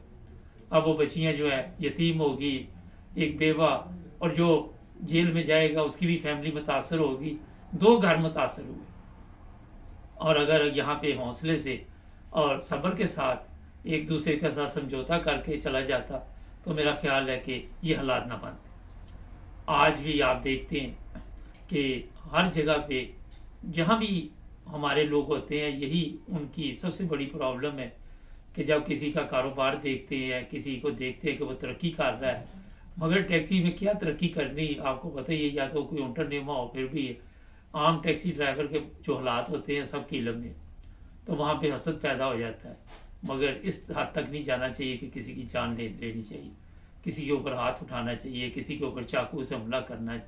अब इसकी वाइफ पे भी हमला किया गया, बेटी पे भी हमला किया गया, और फिर आपने देख लिया कि ज़हनी तौर पर वो कितनी फैमिली डिस्टर्ब हुई और नतीजा जो है वो कितना खौफनाक निकला। चैनल को सब्सक्राइब करें, अभी और भी प्रोग्राम में जुड़े रहे हमारे साथ, ताकि आपको और भी इंफॉर्मेशन मिलती रहे। अल्लाह हाफिज़। सब देखने और सुनने वालों को मोहब्बत भरा सलाम। नाज़रीन, टिकटॉक पे आजकल मैं खुद लाइव प्रोग्राम कर रहा हूँ, बहुत से लोग वहाँ पे आ रहे हैं, अपनी खुशी का इज़हार कर रहे हैं। अगर आपने भी टिकटॉक का अभी तक अकाउंट नहीं बनाया तो फ़ौरन बनाएं और फॉलो करें। वहाँ पे आपके मसाइल और उनका हल, जी हाँ, बेशुमार ऐसे लोग हैं जिनके सवालात होते हैं, और बहुत सारे दोस्त हमारे शामिल भी होते हैं, आप भी उसमें शामिल हो सकते हैं। तो जनाब देर ना कीजिए और हमारा चैनल 9+ टीवी इंटरनेशनल जो यूट्यूब पर है उसे भी सब्सक्राइब करें और टिकटॉक पे भी मुझे फॉलो करें, ताकि वहाँ पे आपसे हो सके मुलाकात। और देर ना कीजिए। अल्लाह हाफिज़। अस्सलाम वालेकुम। ना जी, हर चीज़ का कोई ना कोई फ़ायदा भी होता है और नुकसान भी होता है। जी हाँ, आज आपने देखा कि सोशल मीडिया जिस तरह पूरी दुनिया पे छाई हुई है, हर बंदे के हाथ में, हर खतून के हाथ में, हर लड़की के हाथ में, हर बच्चे के हाथ में और बूढ़े के हाथ में मोबाइल। जी हाँ, ये मोबाइल आप सबके हाथ में तो ज़रूर है, मगर शायद आज जो चीज़ें आपको मैं बताने लगा हूँ उस तरफ कभी किसी ने तवज्जो नहीं दी। पाकिस्तान में एक रिपोर्ट जारी हुई है और जिसमें बताया गया है कि पाकिस्तान के इलाका जो है रावलपिंडी का, वहाँ पे खुला और तलाक की इतनी बड़ी तादाद सामने आई है कि जिसने पूरे मुल्क को हिला के रख दिया। कुछ 10,000 से ज़्यादा केस इस तरह के हैं जिनकी तलाक की वजह है ये टिकटॉक, फेसबुक या इंस्टाग्राम आप कह रहे। और जब इस पर 9+ टीवी इंटरनेशनल ने तहकीक की तो इस पे बड़ा ही एक ज़बरदस्त तजिया करने का आज मौका मिला। वह ये है कि जैसे जैसे दुनिया तरक्की कर रही है, लोगों के मसाइल नॉर्मल तो ये कम होने चाहिए मगर ये बढ़ रहे हैं, और ऐसे रिश्ते जो कभी किसी ने सोचा भी नहीं था कि उनमें भी तलाक हो जाएगी, और फिर ऐसे भी रिश्ते सामने आए जो 2-2 साल से मियाँ बीवी का तल्लक नहीं था। ये जर्मनी में आप जानते हैं जो वाक़या पेश आया। लेकिन जो पाकिस्तान के हालात हैं उस पर मैं ज़रूर आज बोलना चाहूँगा, क्योंकि यूरोप और पाकिस्तान के हालात में ज़मीन आसमान का फ़र्क है। होता ये है कि ज़्यादा इसमें ख़वातीन का कसूर बताया गया।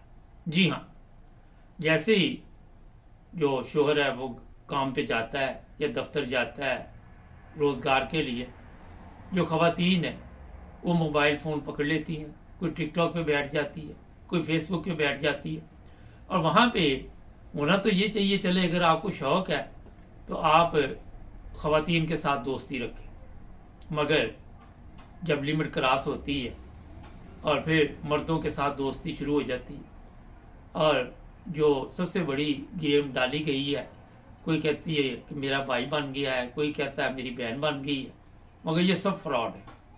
ये सब फ्रॉड इस वक्त जो चल रहा है वहाँ पे, उसकी वजह से फिर बाद में जब शोहर को पता चलता है किसी ने कोई पासवर्ड लगाया हुआ है, किसी ने कोई पासवर्ड लगाया हुआ है, तो वो जनाब फिर जब उससे कहता है कि खोलो मोबाइल चेक करना, तो ख़वातीन कहती नहीं जी आप कौन होते हैं, और फिर जनाब घर में लड़ाई, और उसका नतीजा ये या खुला या फिर तलाक।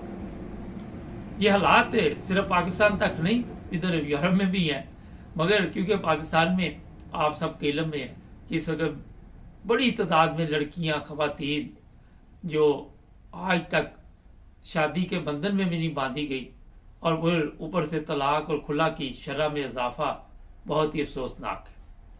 अब यहाँ पे बात नहीं रुकती, कई तलाक के कई खुला ऐसे भी हुए कि वो जनाब शक की वजह से, और खुला का जो सबसे बड़ा सामने आया ये जो तजिया जिन लोगों ने भी किया वो यही है कि ऐसे घर बर्बाद हो गए कि मोहब्बत की शादी थी, एक दूसरे पर मर मिटने की शादी थी, एक दूसरे के लिए घर वालों के साथ भी लड़ाई झगड़ा करके शादी की गई।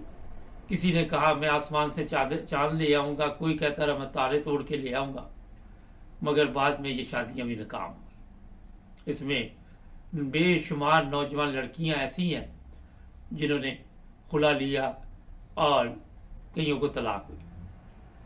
अगर बात यहाँ तक ख़त्म हो जाती, लेकिन फिर बुराई ने जन्म लिया। जी हाँ, बुराई ने इसलिए जन्म लिया कि वहाँ के अखराजात पूरे नहीं होते और फिर वहाँ ऐसे ऐसे गलत काम शुरू हो गए। आज लाहौर की सड़कों पे भी लड़कियाँ खड़ी हैं, इस्लामाबाद में भी आए दिन मसाज हाउस खुले हुए हैं, वहाँ भी लड़कियाँ पकड़ी जाती हैं। इसी तरह कराची आप सबके इल्म में है, वहाँ तो अरसा दराज से इस तरह का काम चलता है, रोज़गार नहीं है और कई लड़कियाँ किसी के बहकावे में आ गई और घर बार छोड़ दिया। फिर उन्होंने आगे उन्हें फ़रोख्त किया।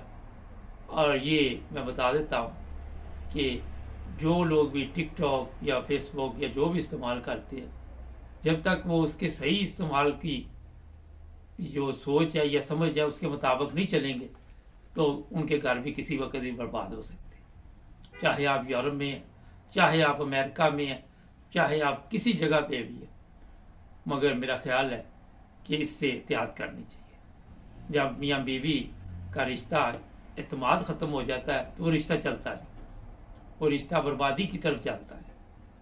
और इसमें ये भी सुनने में आया है, जो चीज़ें सामने आई है कि ख़वातीन लड़कियां अपने दुख सुख ऐसे लोगों के साथ शेयर करती हैं जो बाद में मेरा ख्याल है कि उनसे बड़े दुख देने के लिए बैठे होते हैं। और ऐसे वाक़यात भी हुए, घरों से भागी हुई लड़कियां, ना उनका कोई मुस्तक़बिल होता है।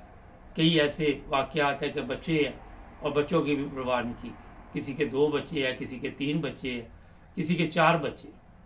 सोशल मीडिया की वजह से ऐसे केस भी सामने आए यूरोप में भी और पाकिस्तान में भी कि खामद को कत्ल करवा दिया गया अपने दोस्तों के साथ मिलकर, और फिर अपना घर बनाने के लिए ये भी ना सोचा कि ये मेरे बच्चों का बाप था।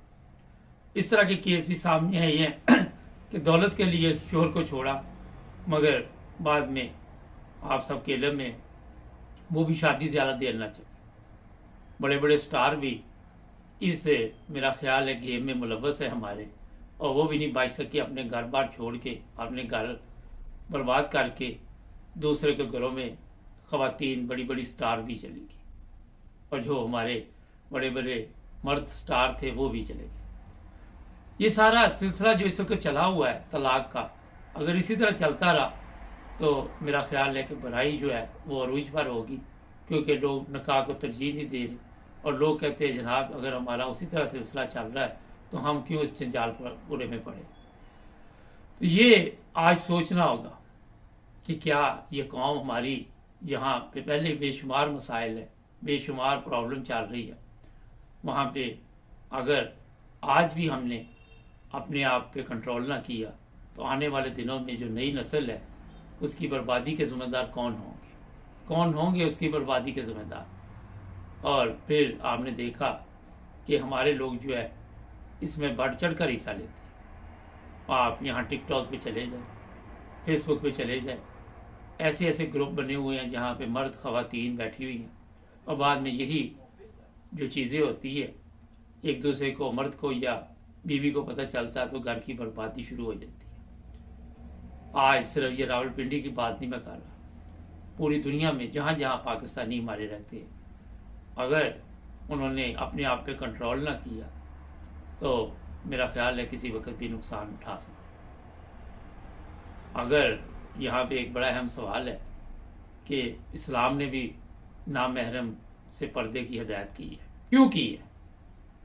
उसकी वजह यही है कि उससे बुराई फैलती है। जो लोग ये कहते हैं ये मेरा कज़न है, मेरा ये है, मेरा वो है, मगर वो इस्लामी तालीमात से जब वहाँ पे अमल नहीं करते तो नुकसान उठाते हैं, अपने आप को धोखा देते हैं और ये समझ रहे होते हैं कि वो लोगों को धोखा देगा। ये सब चीज़ें जो इस्लाम ने बताई हुई है उस पर अगर हम अमल नहीं करते तो समझे अपने घर महफूज नहीं। ख़वातीन हो या मर्द हो, इससे कोई भी मुतासर हो, मगर घर तो बर्बाद हुआ, बच्चों का मुस्तकबिल तो बर्बाद हुआ। इसलिए जनाब जो इस्लामी तालीमात है उसी के मुताबिक चलोगे तो बचोगे, वरना आज भी बेड़ा गर्क है, कल भी बेड़ा गर्क है, परसों भी बेड़ा गर्क है और आप बच नहीं सकते। ये इसलिए मैंने आपको बताया कि आज भी हालात अगर आपके कंट्रोल में है तो काबू कीजिए। वो बसों पे नहीं लिखा होता यार इसे भी बच। ये आज का प्रोग्राम था, जर्मनी में एक कत्ल हुआ है टैक्सी ड्राइवर पाकिस्तानी। अभी थोड़ी देर तक इरफान खान साहब उसके बारे में कोशिश करते हैं उनसे रिपोर्ट ले। जुड़े रहे हमारे साथ।